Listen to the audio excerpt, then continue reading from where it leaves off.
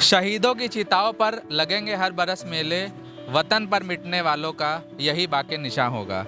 ये जब पंक्तियाँ कही गई थी तो इन पंक्तियों का एक मकसद ये भी था कि लोग हर साल जो शहीद हुए हैं, जिन्होंने अपने प्राणों की आहुति दी है, उनको लोग याद रखें। इस वक्त हम लोग खड़े हैं गोमती नगर के सामाजिक परिवर्तन स्थल द्वार पर, या फिर आप इसको 1090 चौराहा भी कह सकते हैं। और इस वक्त उत्तर प्रदेश सरकार और भारत सरकार आज़ादी के 75 वर्ष के उपलक्ष्य में एक रंग दे बसंती उत्सव मना रही है। हमारे पीछे आप उन 3 शहीदों को देख सकते हैं जो आज ही के दिन यानी 23 फरवरी को फांसी पर लटक गए थे और आज उनकी याद में शहीदी दिवस मनाया जा रहा है। तो उत्तर प्रदेश सरकार द्वारा जो यहाँ पर जो आयोजन किया गया है उसके बारे में मैं आपको थोड़ा बता दूं।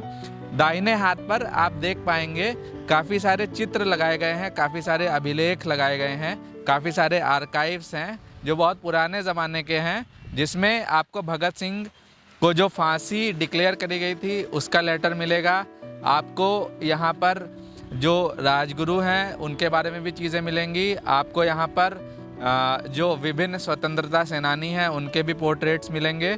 वहीं हमारे बाएं हाथ पर एक स्टेज सजा हुआ है जहां पर रात को कार्यक्रम होते हैं।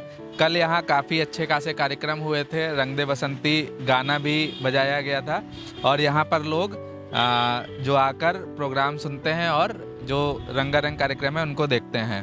तो आइए पहले हम लोग चलते हैं इस प्रदर्शनी में, जो चित्र प्रदर्शनी है या अभिलेख प्रदर्शनी है, इसमें हम लोग चलते हैं और देखते हैं आखिर यहाँ पर क्या क्या चीज़ें हैं। तो हम लोग जब अभिलेख प्रदर्शनी में आते हैं तो सबसे पहला जो ये प्रदर्शनी है उसका जो सबसे पहला जो ये स्टॉल है, यहाँ पर शहीद आज़म भगत सिंह पे जो आधारित चित्र हैं, जो अभिलेख हैं वो दिखाए गए हैं। यहाँ पर आप उनकी बचपन की फ़ोटो देख सकते हैं। यहाँ पर आप जो ये फ़ोटो है भगत सिंह की, इस फोटो को ही इनलार्ज करके यहाँ दिखाया गया है। इस फोटो में ये दिखाया जा रहा है कि भगत सिंह जो लाला लाजपत राय द्वारा एक स्थापित कॉलेज था, लाहौर का नेशनल कॉलेज, ये जब उसके छात्र थे और ड्रामा सोसाइटी जो है उसका एक ये चित्र लिया गया है, तो उसमें ये चौथे नंबर पर खड़े हुए हैं। यहाँ पर आप भगत सिंह का सिग्नेचर देख सकते हैं। यहाँ पर वो गीत देख सकते हैं जो भगत सिंह और अन्य क्रांतिकारियों द्वारा गाया जाता था। यहाँ पर आप एक ऑर्डर देख सकते हैं कि बम फेंकने के कारण 8 अप्रैल को उनके ऊपर जो है मुकदमा चालू हो गया था। उसके अलावा यहाँ पर आप और भी पत्रावली देख सकते हैं, एक लेटर देख सकते हैं जो भगत सिंह ने आखिरी में लिखा था। ये भगत सिंह का पैतृक आवास है। भगत सिंह पंजाब से आते हैं और पंजाब में जो इस बार की सरकार हुई है उन्होंने शपथ ग्रहण उन्हीं के गाँव में करने का निर्णय लिया था। उसके अलावा ये वो लेटर है जो ये बताता है कि भगत सिंह को 23 मार्च 1931 को शाम को 7 बजे फांसी दे दी गई है। और उसी के बाद से 23 मार्च 1931 के बाद से या 23 मार्च को जो शहीद दिवस है वो मनाया जाने लगा है। ये एक और फोटोग्राफ है जो इसमें ये लिखा हुआ है कि ये सीक्रेटली ली गई थी, यानी कि शायद ये जब फोटोग्राफ ली जा रही थी तो भगत सिंह को पता नहीं था। और उसमें ये दिखाया जा रहा है कि वो लाहौर का जो जेल है वहाँ बैठे हुए हैं। ये कुछ और न्यूज़पेपर्स हैं जिसमें ये दिखाया गया था कि भगत सिंह, राजगुरु और सुखदेव को फांसी दे दी गई है। ये द ट्रिब्यून है जो लाहौर से निकाला गया था और ये द डेली वर्कर है जो न्यूयॉर्क से निकाला गया था। उसके अलावा ये एक और जो ऑर्डर है उसकी कॉपी है। उस वक्त जो शिवराम राजगुरु थे या जो राजगुरु जिनको हम जानते हैं, उनको कर्नल सॉन्डर्स की हत्या के आरोप में फांसी दे दी गई थी।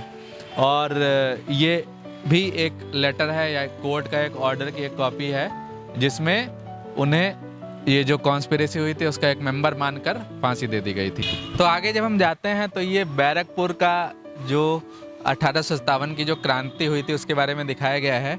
दरअसल 1857 में मंगल पांडे और अन्य साथियों ने जो हथियार थे उनको इस्तेमाल करने से मना कर दिया था, क्योंकि ऐसा कहते हैं कि उन हथियारों की जो गोलियां होती थी वो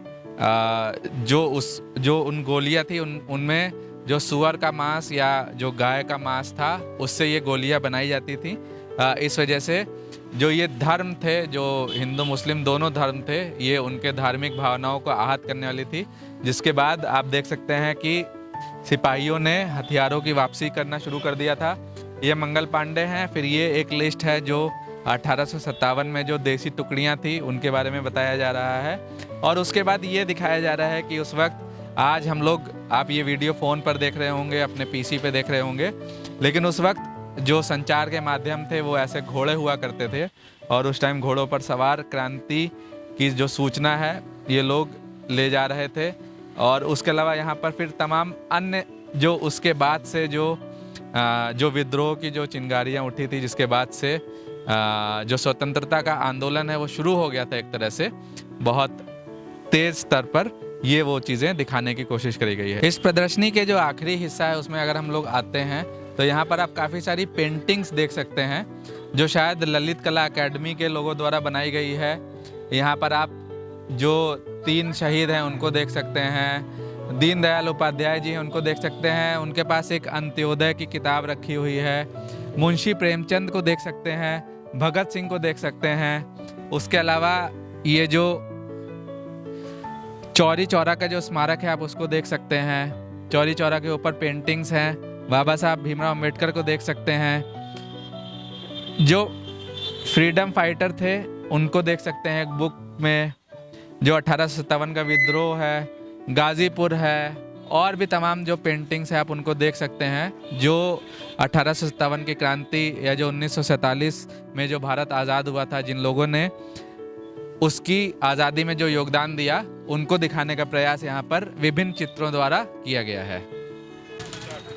तो ये जो चित्र प्रदर्शनी है, ये जो अभिलेखागार की जो प्रदर्शनी चल रही है, यहाँ पर काफ़ी सारी पेंटिंग्स ऐसी लगी हुई हैं जिनको ललित कला अकादमी के लोगों ने बनाया है। काफ़ी अच्छी पेंटिंग्स है और बहुत ज़रूरी हो जाता है कि इन पेंटिंग्स की सुरक्षा भी करी जाए।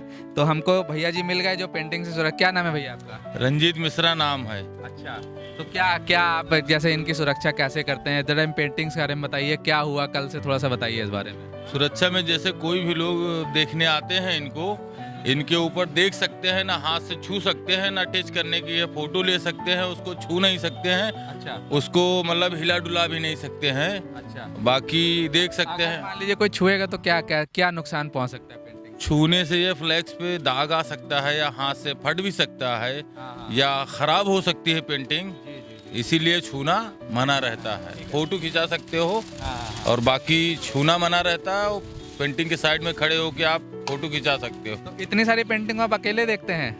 अकेले का विजिट करके राउंड मारता रहता हूँ ना मैं। अच्छा। कोई जरूरी नहीं कि हर पेंटिंग के पास में पब्लिक ज्यादा ही हो। जिस पेंटिंग के पास में पब्लिक ज्यादा रहती है वहाँ पे हम जा करके बड़े प्यार से समझाते हैं, सर ऐसा ना करें, या तो आप ऐसा करने से पेंटिंग खराब हो सकती है और हमारी ड्यूटी खतरे में भी आ सकती है। ठीक है, बढ़िया। आपकी ड्यूटी जो है अभिलेखागार से लगाई गई है या फिर आप अलग से आए हैं केवल इसी? मैं बुलवर्क एजेंसी से हूँ। अच्छा। बुलवर्क एजेंसी हमारी जो है ललित कला इसमें राज्य में लगी पड़ी, ऑफिस में लगी हुई है।